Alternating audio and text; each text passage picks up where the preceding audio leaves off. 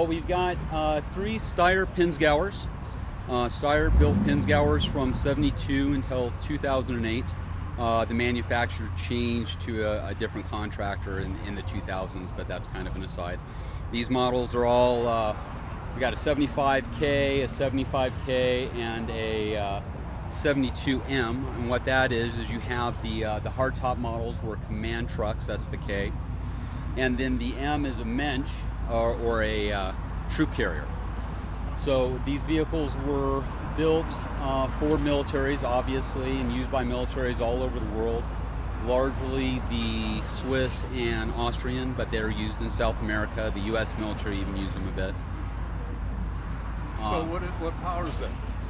So they have a Steyr-specific motor that is a inline 4 2.5 liter gas motor.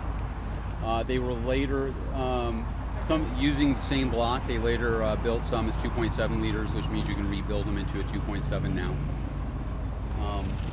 Really low horsepower from the factory. They are 95 to 98 horsepower, but just all torque. And it's all-wheel drive or four-wheel drive? Or it's a four-wheel drive vehicle, so it's got a high and a low range. It's got a very unique frame underneath of it. That is simply an overbuilt tube that contains both front and rear drive lines, that then goes out to four-wheel independent suspension, which has a portal gear reduction axle, a gear reduction hub. Okay, and speed-wise, they're probably not that fast at all. Yeah, the manufacturer has a top speed rated at 72 or 74 miles per hour. Okay. The comfortable road speed on this truck is 55, 60 miles per hour. So, gasoline-wise, I guess it is gasoline, right? It's gas motor. Yeah, later on, so around 1989, they did do a Pinzgauer 2, which looks very much the same, but it did go to a Volkswagen turbo diesel and an automatic transmission. But in terms of fuel efficiency, you're looking on average 13 to 15, which isn't a whole lot worse than a full-size pickup truck today. So I noticed that they have a hatch on the roof. Yes. What is that? Is that an escape hatch or? Well, given that these were command vehicles, and to be more specific, they were radio trucks. So you had 5-man crews on these 2 vehicles, manning and coordinating operations in the field. That hatch was most likely an observation hatch. Probably had somebody standing up there with a pair of binoculars, seeing what was happening in the field, and then relaying instructions via radio. So where does someone buy something like this? Well, there's a handful of importers in the United States. Most of the trucks that are in the United States are retired Swiss Army. There's 700 to 800 of them in North America probably now. And a really easy one to remember is Swiss Army vehicles out of Arkansas. Another very reputable importer is Expedition Vehicles out of Vallejo, California.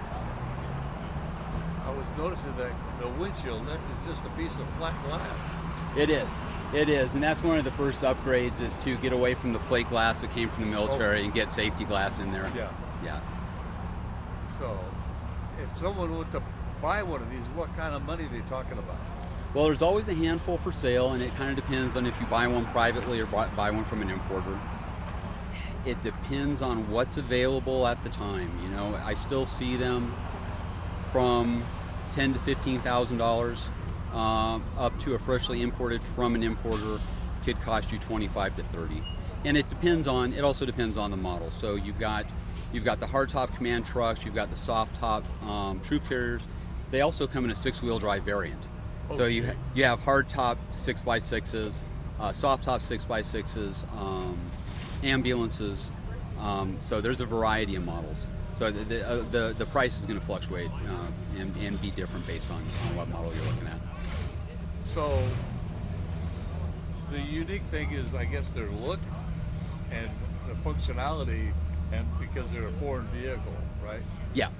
So they're the most capable off-road vehicle you've never heard of. The combination of the torque, the suspension design, the portal axles, combined with the cargo capacity. So back to the 4-wheel drive models, you're looking at a truck with a footprint roughly that of a old CJ5 Jeep, but the cargo capacity is greater than a Land Rover 110. So it gives you a lot of space, as in our case, we've kind of made a micro camper out of ours. We have a queen size bed and a kitchen out the back and space for all of our gear full time. Gotcha. Very good. Well, anything else we need to add? I would say, and since I've got mine, I don't care about letting this get out there.